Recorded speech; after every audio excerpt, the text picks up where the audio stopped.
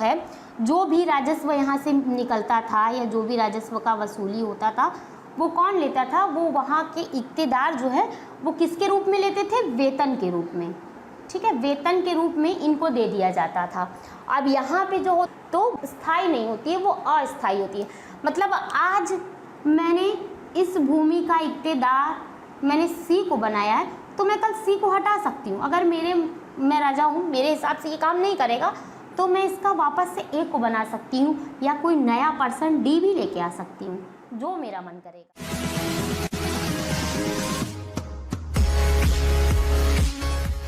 कि उसके साम्राज्य के विस्तार के लिए किस तरीके से बहुत ही ज़्यादा अच्छे थे, किस तरीके से सिक्कों के माध्यम से उसके साम्राज्य में वृद्धि, आर्थिक वृद्धि हुई, इन सब पे बात करेंगे।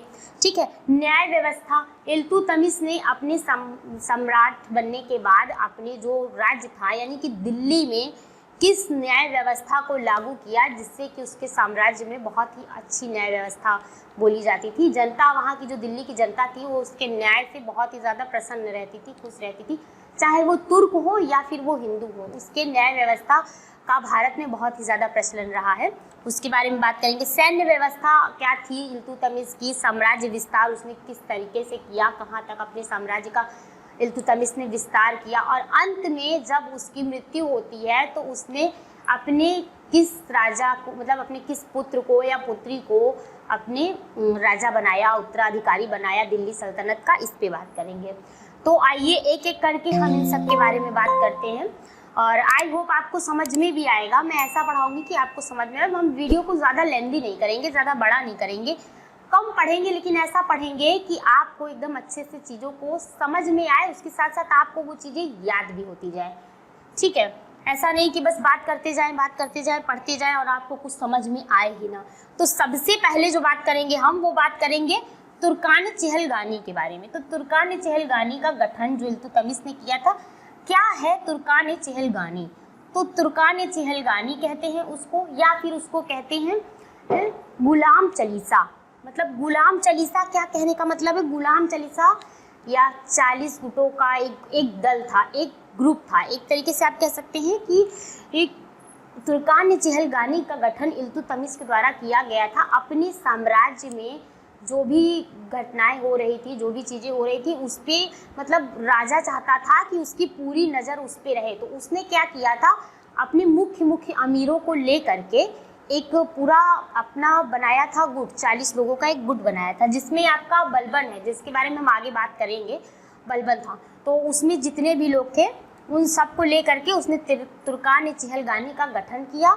एक तरीके का ये आप कह सकते हैं कि चालीसा का उसने गठन किया। गुलाम चालीसा में 40 अमीर थे पूरे, उन अमीरों को नियुक्त किया था इल्तुतमिश ने, ताकि उनका जो प्रशासन था वो सुचारू रूप से सही से चल सके।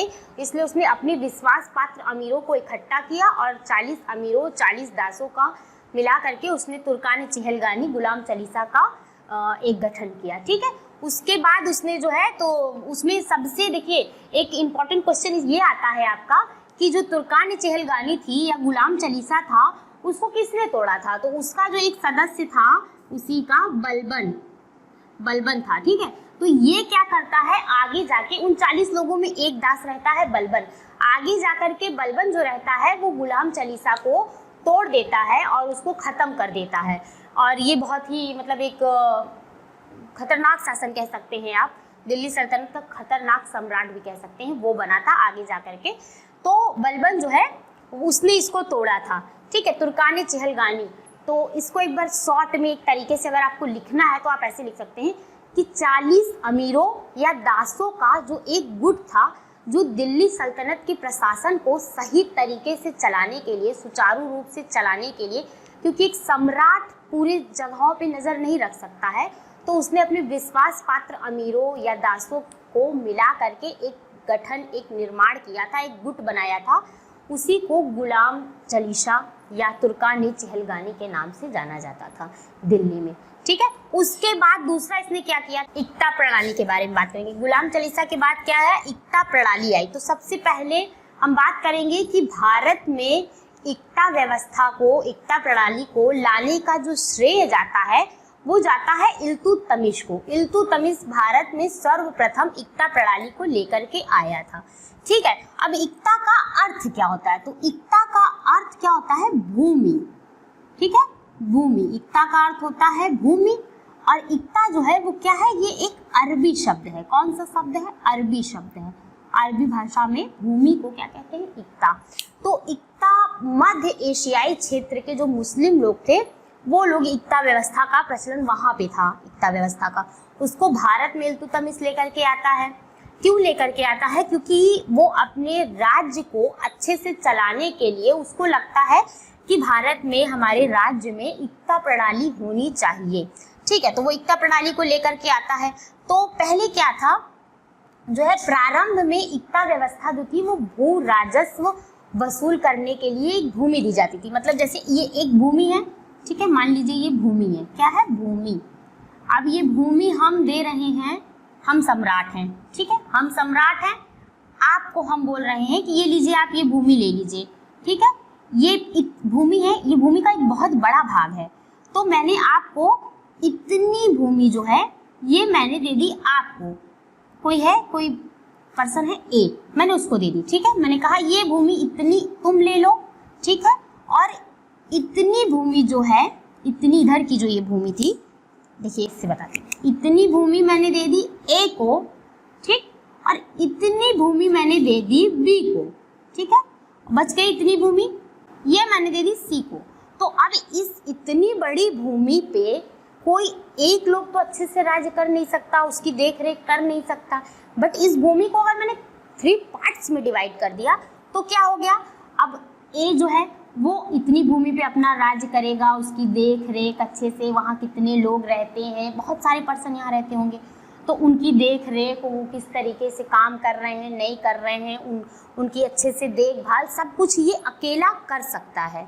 ठीक है, ये बी पर्सन है, वो इतनी भूमि की वो कर सकता है, इतनी भूमि की वो कर सकता है, सी पर्सन कर सकता है। बट यही अगर भूमि अगर इतनी बड़ी है, इस भूमि को मैं खाली ए को दे दूं, कहूँ कि देखो तुम इसका ध्यान रखो, यहाँ पे रहने वाले लोगों को किसी प्रकार की कोई भी समस्या नहीं होनी चाहिए, चाहे वो प्रशासनिक समस्या हो, न्याय संबंधित हो या फिर कुछ भी हो, उसे कोई प्रकार की कोई समस्या का सामना ना करना पड़े, तो ये हर समय हर जगह नहीं मौजूद हो सकता या देख नहीं सकता, तो इसको बहुत कठिनाई होती थी। इसीलिए इल्तुतमिश ने क्या किया, जो मध्य एशिया में इक्ता प्रणाली चल रही थी उसको उसने भारत में लेके आया और दिल्ली में जो ला करके उसने क्या किया, भूमि को अलग अलग भाग में बांट दिया।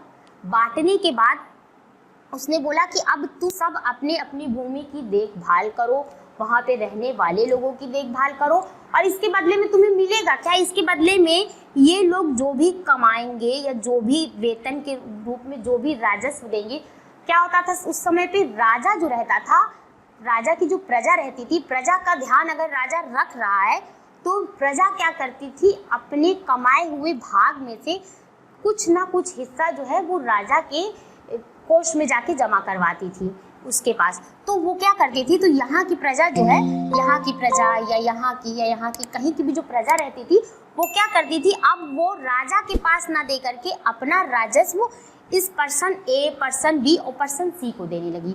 तो इस तरीके से ये भूमि की देखभाल भी कर रहे हैं, वहाँ पे रहने वाले लोगों की भी देखभाल कर रहे हैं, और उनको उनका वेतन के रूप में जो राजस्व है वो भी प्राप्त हो रहा है। अब अगर राजस्व बड़ी मात्रा में प्राप्त होता था तो वो ले जा करके राजकोष में जमा करवा देते थे, अगर छोटी मात्रा में मिलता था, अब छोटा अगर भूमि मिला है, कम जगह मिली है, कम राजस्व मिल रहा है, तो नहीं जमा करवा पाएंगे। तो वो जो ये पर्सन ए, बी और सी जो मैंने आपको बताया है, ये इक्ता, जो इस भूमि को हम कहते थे इक्ता, इसी भूमि को क्या कहा जा रहा था, इक्ता।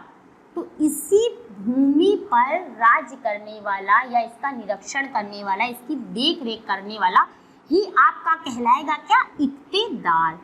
तो जो इक्तेदार है, अब वो इक्तेदार जो है वो छोटी भूमि अगर इक्तेदार को प्राप्त है तो वो धन जो है वो केवल अपने वेतन के रूप में धन को, अपने राजस्व को अपने पास रख लेगा।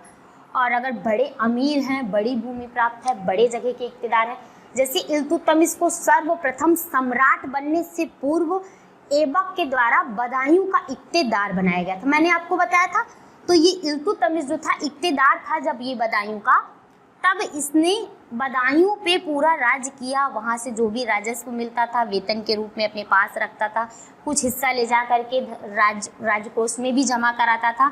तो इसी तरीके से इक्तेदार बनाए जाते थे उस टाइम पीरियड पे। तो भूमि का, राज्य का एक इक्तेदार या एक स्वामी होता था। वो कौन होता था? वो कोई अमीर भी हो सकता था, कोई दास भी हो सकता था, वो कोई भी हो सकता था। तो इस तरीके से आई होप आपको इक्ता प्रथा समझ में आ गई होगी। तो इस तरीके से इक्तेदार बनाए जाते थे भूमि के स्वामी भू राजस्व वसूलने के लिए। लेकिन सामंत व्यवस्था भी इसी की तरह है, लेकिन वो क्या होती थी? वो स्थायी होती थी। लेकिन जो इक्ता व्यवस्था है वो स्थायी नहीं होती है, वो अस्थायी होती है।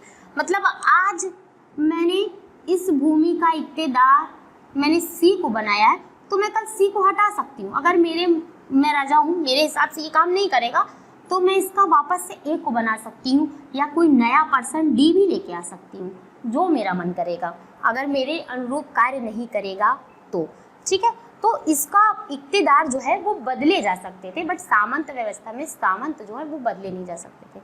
ठीक है, आई होप आपको समझ में आ गया होगा। ठीक है, लेकिन अब एक चीज़ और बात करेंगे। क्या? इक्तेदार आपको समझ में आ गया, इक्ता प्रणाली समझ में आ गई, बट अब ये इक्ता प्रणाली जो थी वो आपकी 2 पार्ट्स में बटी हुई होती थी। क्या? इक्ता प्रणाली आपकी 2 पार्ट्स में बटी हुई होती थी। कैसी कैसी?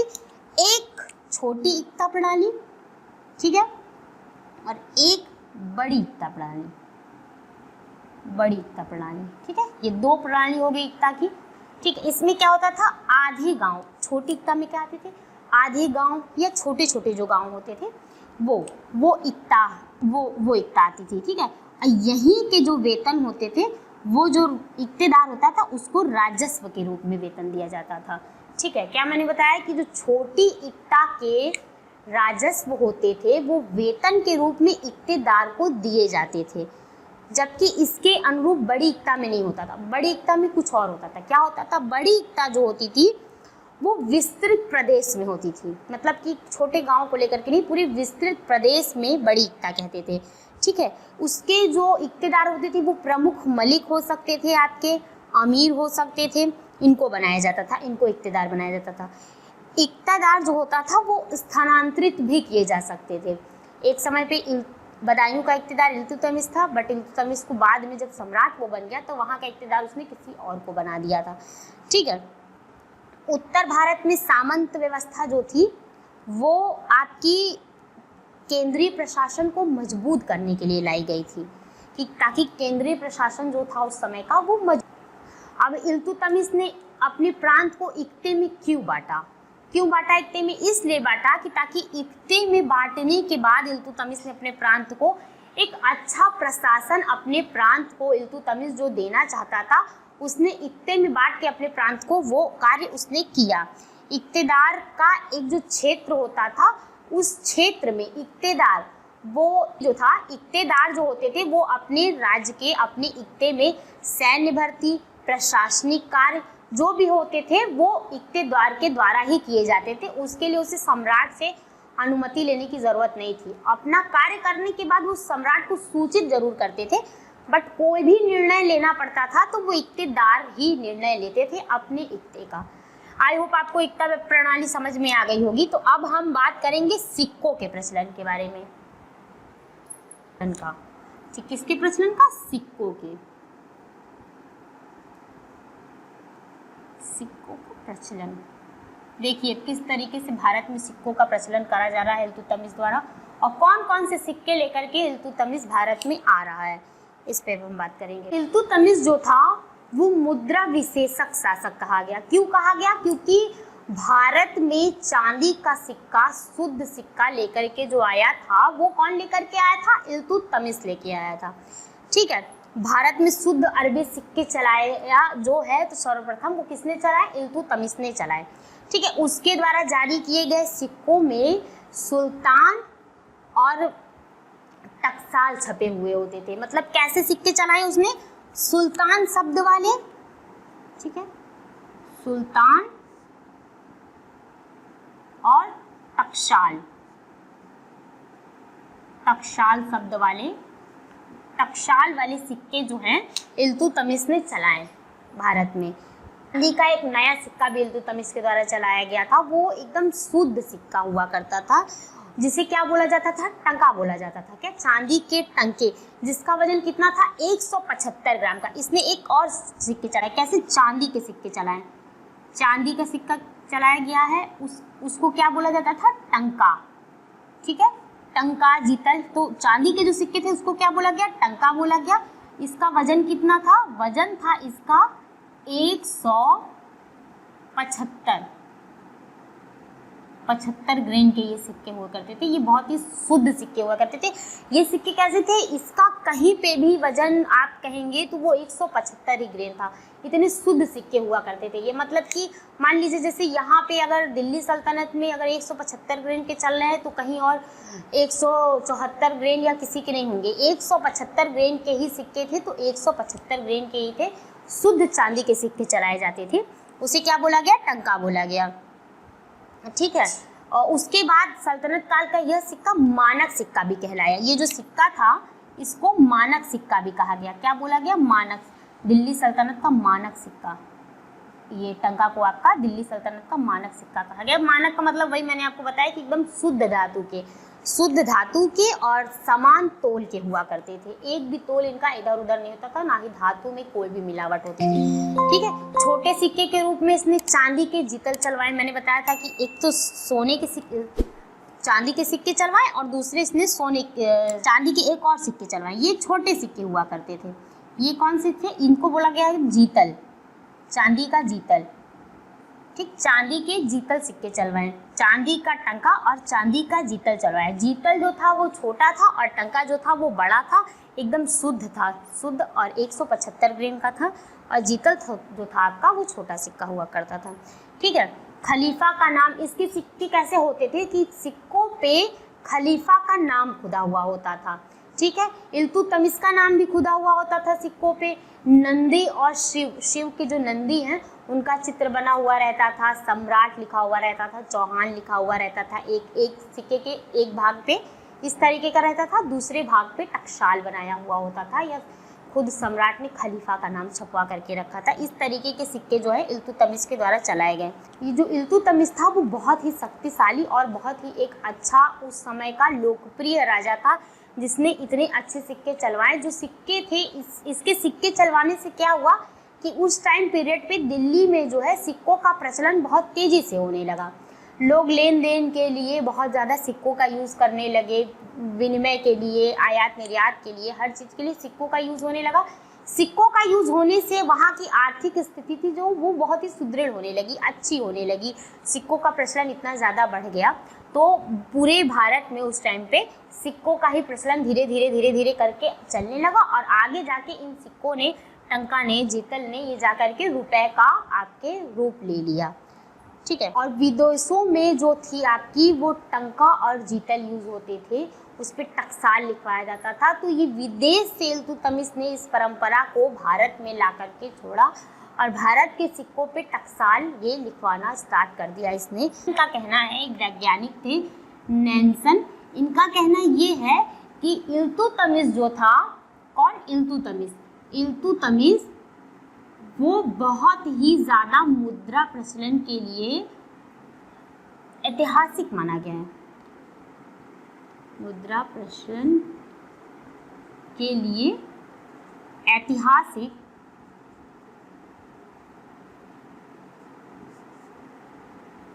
माना गया है। कौन माना गया है, इल्तुतमिश की बात हो रही है। इल्तुतमिश मुद्रा प्रचलन के लिए नैन्सन का कहना है कि इल्तुतमिश बहुत ही ऐतिहासिक माना गया है। ठीक है, अब उसके बाद हम बात करेंगे इल्तुतमिश की न्याय व्यवस्था में। न्याय व्यवस्था के लिए इल्तुतमिश ने क्या किया था, अब इस पर बात करेंगे। तो न्याय व्यवस्था के लिए तो पहले तो क्या किया इल्तुतमिश ने, तुर्की लोगों को अपने शहर में या दिल्ली में अधिक से अधिक बसाया ताकि उनका देख रेख जो था इल्तुतमिश कर सके। ताकि क्योंकि इल्तुतमिश भी एक तुर्क था तो उसने तुर्की लोगों के ऊपर ज़्यादा ध्यान दिया। उसने क्या किया न्याय के लिए, इब्न बतूता का कहना है, किसका, इब्न बतूता,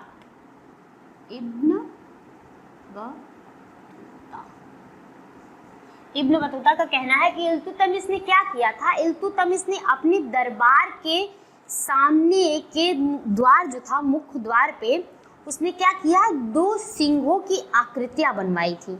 उस आकृति में सिंह के मुंह से एक चैन लटका करके रखी हुई थी कि ताकि दिल्ली सल्तनत में अगर किसी को भी किसी प्रकार की कोई समस्या हो, उसे न्याय ना मिले या किसी तरीके का उसे किसी के खिलाफ कोई कंप्लेन करना हो, कोई विरोध करना हो किसी का, तो वो क्या करते थे कि वो जा करके वहाँ की जनता उस जंजीर को खींच देती थी।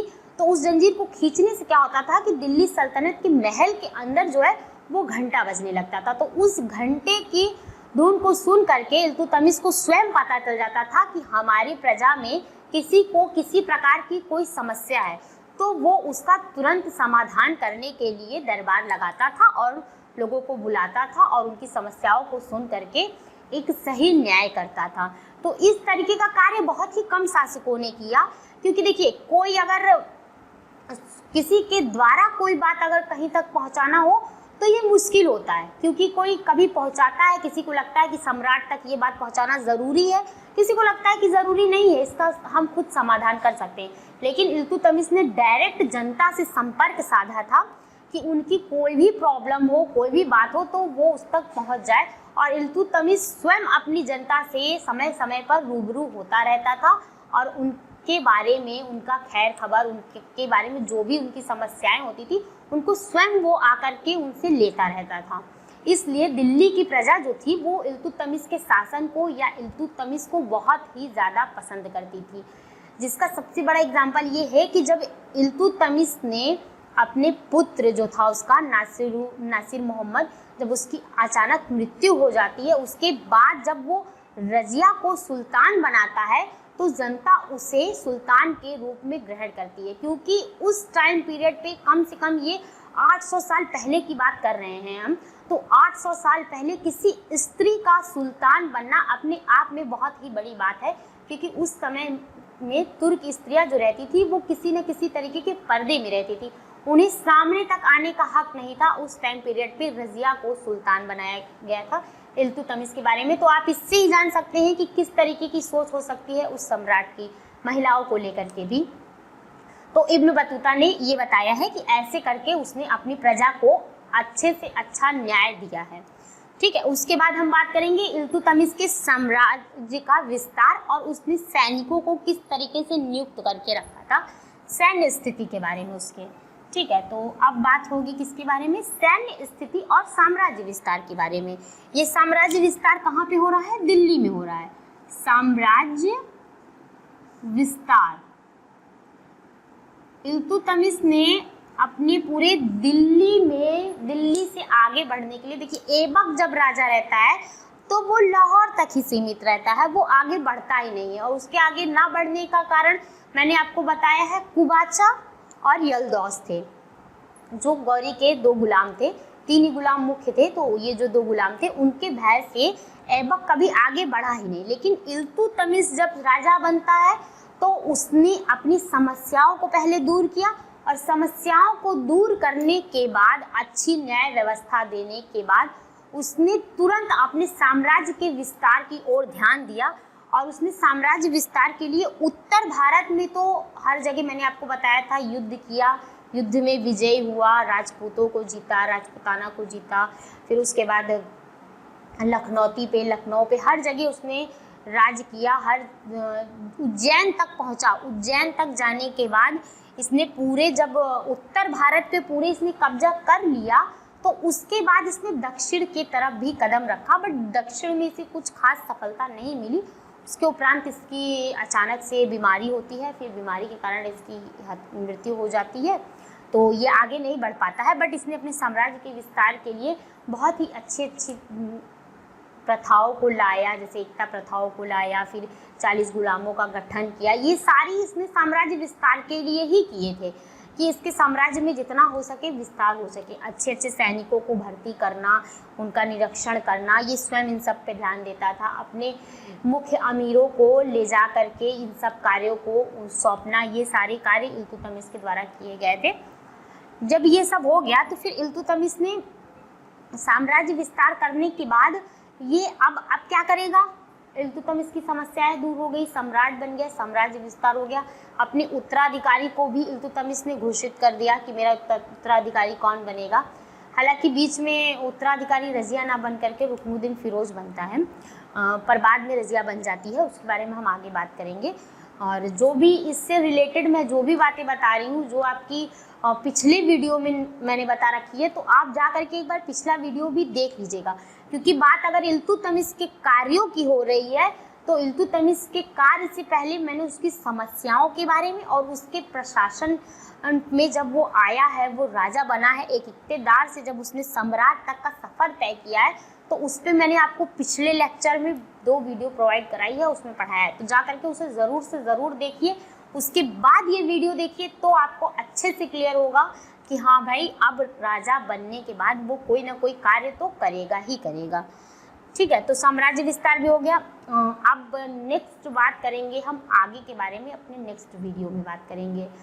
आई होप गाइस आपको मेरी वीडियोस अच्छी लग रही होगी। अगर मेरी वीडियोस अच्छी लग रही है, मेरे पढ़ाने का थोड़ा तरीका चेंज किया है या कुछ भी अगर आपको सही लग रहा है, तो कमेंट करके बताइए। वीडियोस को लाइक कीजिए, चैनल को सब्सक्राइब कीजिए, बेल आइकन प्रेस कीजिए। कोई भी वीडियो मैं जब डालूँ तो नोटिफिकेशन के माध्यम से आप तक पहुँचनी चाहिए, ये मेरा प्रयास है। तो इसको प्लीज़ सफल कीजिए ज़रूर से ज़रूर।